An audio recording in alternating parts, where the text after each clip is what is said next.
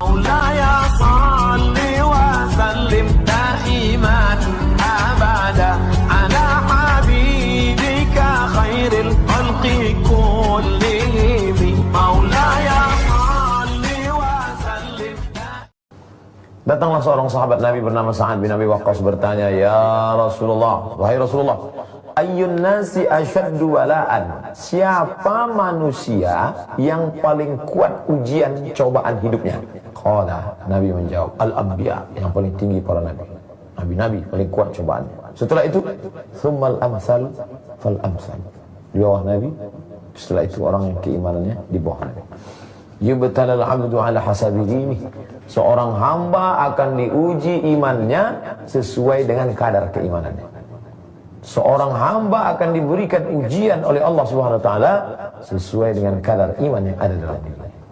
Fa in kana fi dinihi sulban, kalau imannya itu sulban, kuat, kokoh, istadda bala'uhu, maka ujiannya pun kuat. Ujian SD, ujian SMP, ujian SMA, ujian S1, ujian S2, ujian S3, S1, mungkin 100 halaman, skripsi, S2, tesis 200 halaman, S3, mungkin 300 halaman, mungkin 500 halaman, disertasi, sesuai dengan kadar. Wa in kana fi dinihi riqqah, kalau agamanya itu tipis, ubtuliya ala hasabi dinihi, maka diuji dengan kadar agamanya.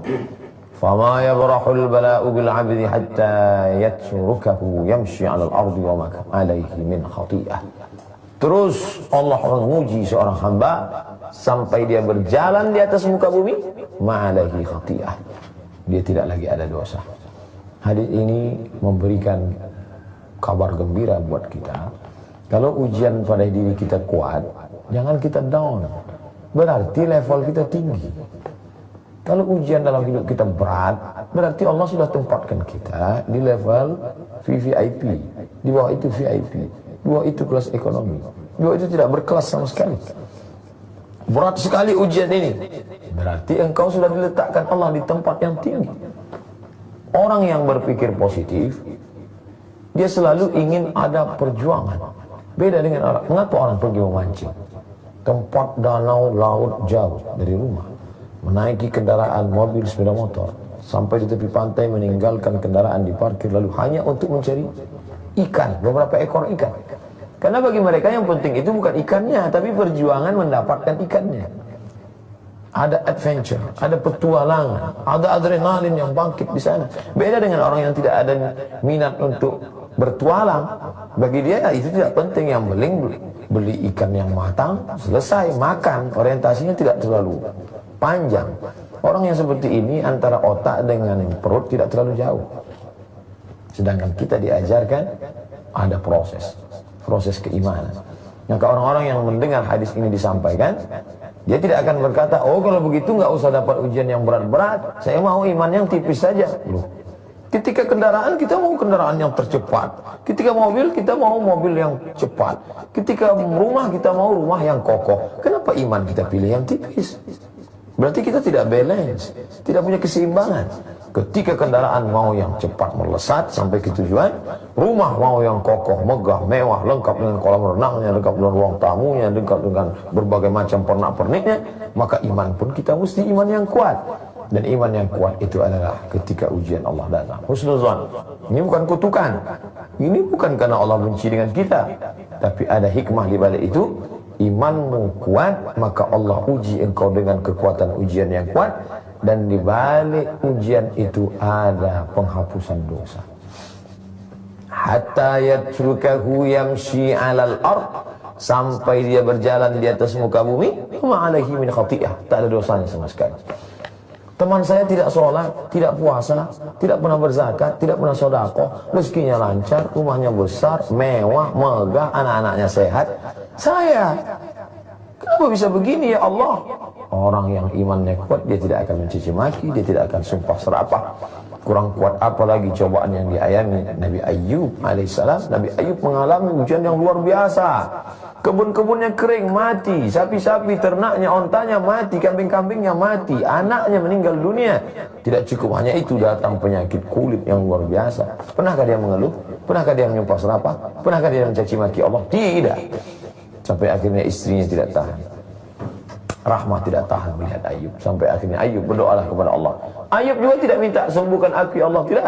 Apa kata Ayub? Rabbi anni massani ad-dur. Ya Allah, aku terkena penyakit. Dia hanya berkata, aku terkena penyakit. Wa anta arhamur rahimin. Dan engkau adalah yang terkasih, yang maha penyayang. Maka Allah mengatakan, urkud birijlika, tumit kakimu, engkau injakkan ke tanah, keluarlah air, mughtasalun baridun, lalu dia kemudian mandi di air yang sejuk itu dan sembuh. Sesungguhnya di balik itu ada hikmah. Wahai saudaraku yang dimuliakan Allah, Allah ingin mengangkat derajatmu, Allah ingin menghapuskan segala dosa-dosamu, dan setelah itu engkau pun dapat tersenyum karena melihat balasan yang luar biasa dari Allah Subhanahu wa taala. Maka ana inda husni dhanni 'abdi bi, aku menurut prasangka hambaku kepadaku. Bandingkan diri kita dengan orang-orang saleh. Belum ada apa-apanya di ujian kita dibandingkan ujian yang dialami oleh Syekh Yusuf Al-Makassari Tajul Khalwat yang dicampakkan, dibuang oleh Belanda sampai ke Cape Town, Afrika Selatan. Wa na'lamu ma tuwaswisu bihi nafsuh, kami tahu apa yang berbisik-bisik dalam hatinya. Lalu kenapa Allah uji? Bila Allah mengujimu bukan karena Allah tidak tahu. Saat Allah mengujimu, Allah ingin beritahu kepada dirimu sendiri engkau layak atau tidak masuk ke dalam surga Allah. Maka merenunglah sejenak, wahai saudaraku yang sedang diuji Allah dengan penyakit, merenung sejenak. Apakah aku layak masuk ke dalam surga Allah? Berdoa, wa adkhilnal jannata ma'al abrar, masukkan aku ke dalam surgamu bersama orang baik-baik, bersama para nabi Allah. Padahal mereka tak pernah mengeluh, tak pernah berkeluh kesah. Mereka ridha terhadap keputusan Allah. Itulah yang selalu kita katakan, raditu billahi rabba. Aku ridha menerima keputusan Allah. Wa bil islami dina. Aku ridha Islam sebagai agamaku. Nabi Muhammadin nabiyan wa rasulah. Aku ridha Nabi Muhammad SAW sebagai nabi dan rasulku. Tidak ada cara lain selain berdoa dan menerima keputusan Allah. Kepala ini terlalu kecil untuk menangkap keputusan Allah, sehingga kalau dipikirkan kenapa begini, kenapa terjadi begini, kenapa tidak makan obat, kenapa tidak pergi konsultasi ke dokter, kenapa.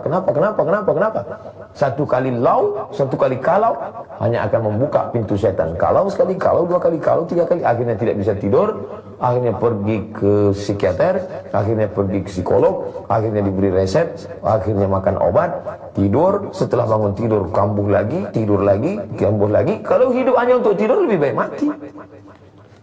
Maka tidak ada cara lain selain meningkatkan diri. Para psikiater akan mengatakan agama Anda apa? Sesuai dengan agama masing-masing, serahkan diri kepada Tuhan. Sedangkan kita tidak ada cara lain selain mendekatkan diri kepada Allah Subhanahu wa taala. Alladzina idza asabathum musibah, mereka yang ketika tertimpa musibah qalu, yang keluar dari mulutnya, inna lillahi wa inna ilaihi raji'un. Tidak ada yang lain kecuali dari Allah. Lillahi ma fis samawati wa ma fil ardh. Apa yang ada di langit, apa yang ada di bumi punya Allah.